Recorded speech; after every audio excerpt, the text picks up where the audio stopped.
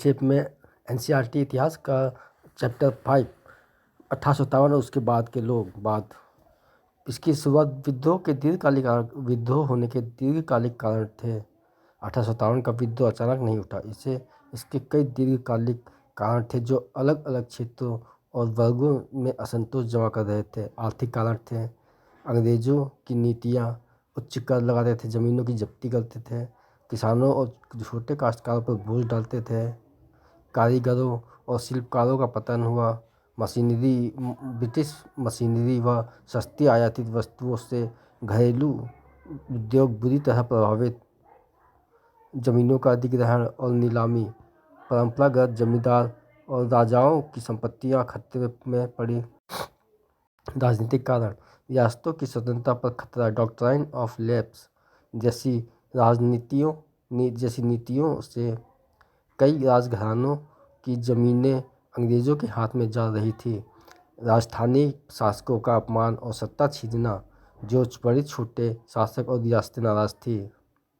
सामाजिक धार्मिक कारण, ईसाई मिशनरी गतिविधियों और कथित धार्मिक हस्तक्षेप से हिंदू मुस्लिम दोनों समुदायों में चिंता बढ़ी। अंग्रेज़ों की नस्ली नीति और भारतीयों के प्रति तिरस्कार, इससे सामाजिक असंतोष बढ़ा। सैन्य कारण, भारतीय सिपाहियों में भेदभाव, वेतन, पदोन्नति और अधिकार में कमियां, अंग्रेज अफसरों की कठोरता और धार्मिक संवेदनशीलताओं का उल्लंघन जहाँ भी महसूस हुआ। इन कारणों का संगम 1857 के आसपास चरम पर आ गया और एक छोटे तत्कालिक कारण ने आग लगा दी। तत्कालिक कारण थे कारतूस विवाद। नई एलिफेंट मस्केट राइफल के कारतूस की कथित ग्रीस चर्बी में गाय और सुअर की चर्बी का इस्तेमाल होने की अफवाह फैल गई। सैनिकों को कारतूस काटकर राइफल में डालनी पड़ती थी, जो धार्मिक तौर पर हिंदुओं और मुसलमानों दोनों को स्वीकार्य न थी। यह अफवाह और अंग्रेजी कम्युनिकेशन में नाजुकता भावनात्मक विस्फोट का कारण बनी। 10 मई 1857 को मेरठ में विद्रोह हुआ। प्रमुख तिथियां और घटनाएं: 10 मई 1857 मेरठ सेना छावनी में सिपाहियों ने बगावत की शुरुआत की। अफसरों पर हमला किया, बेड़ियों को तोड़ा, जेल से कैदियों को मुक्त कराया और दिल्ली की ओर मार्च किया। दिल्ली को बढ़ गए। दिल्ली पर का कब्जा। मई 1857 के बाद विद्रोही दिल्ली पहुंचे और वहाँ पे बहादुर शाह जफर को प्रतीकात्मक नेतृत्व के लिए बुलाया गया। जफर को नायकात्मक भूमिका मिली, इसलिए विद्रोह को राजनीतिक रूप भी मिला। कानपुर, झांसी, लखनऊ, रायबरेली, गोरखपुर। कानपुर में नाना साहेब धार्मिक और राजनीतिक कारणों से प्रमुख। झांसी की रानी बहादुरी से लड़ाई की और प्रतीक बन गई। लखनऊ में बेगम हजरत महल का संघर्ष, शहर में भीषण लड़ाई हुई। बिहार में कुंवर सिंह और अन्य स्थानीय राजाओं और नेताओं ने विद्रोह किया। धन्यवाद। प्रमुख नेता और उनके कार्य: बहादुर शाह जफर दिल्ली में प्रमुख चेहरा, विद्रोह का प्रतीकात्मक नेतृत्व, बाद में गिरफ्तार और निर्वासित हुए। रानी लक्ष्मीबाई अद्भुत वीरता का प्रतिरोध, शैलीगत नायिका।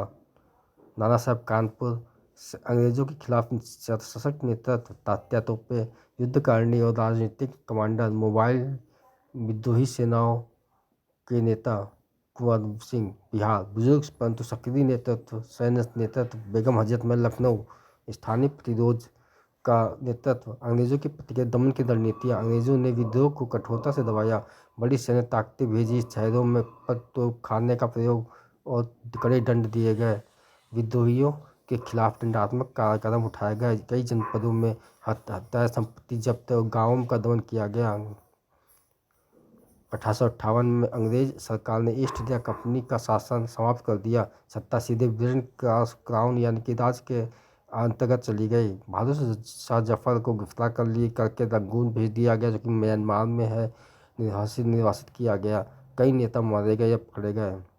परिणाम यह हुआ, तत्कालिक परिणाम: विद्रोह दब गया, पर नुकसान और विनाश व्यापक हुआ। अंग्रेजी शासकीय मशीनरी और नीति में परिवर्तन हुआ। दीर्घकालिक परिणाम: ईस्ट इंडिया कंपनी का अंत हो गया। शासन अब ब्रिटिश सरकार के हाथ में चला गया। सरकारी घोषणा: 1858 धार्मिक मामलों में हस्तक्षेप न करने का वादा किया। रियासतों की सुरक्षा की बात की। पब्लिक सर्विस में कुछ अवसर दिए। सेना और प्रशासन में बड़े सुधार किए गए। ब्रिटिश सेना की संख्या बढ़ाना, भारतीय सिपाहियों की मनोवैज्ञानिक निगरानी और सेना संरचना में बदलाव किया गया। ब्रिटिशों का राज अधिक केंद्रीकृत व सख्त हुआ। स्थानीय नेताओं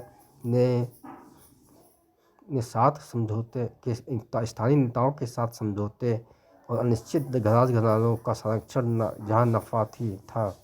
स्वदेशी और राष्ट्रीय जड़ें 1857 के भारतीयों में राष्ट्रीय चेतना के बीज बोए, बाद में आंदोलन के लिए प्रेरणा बनी।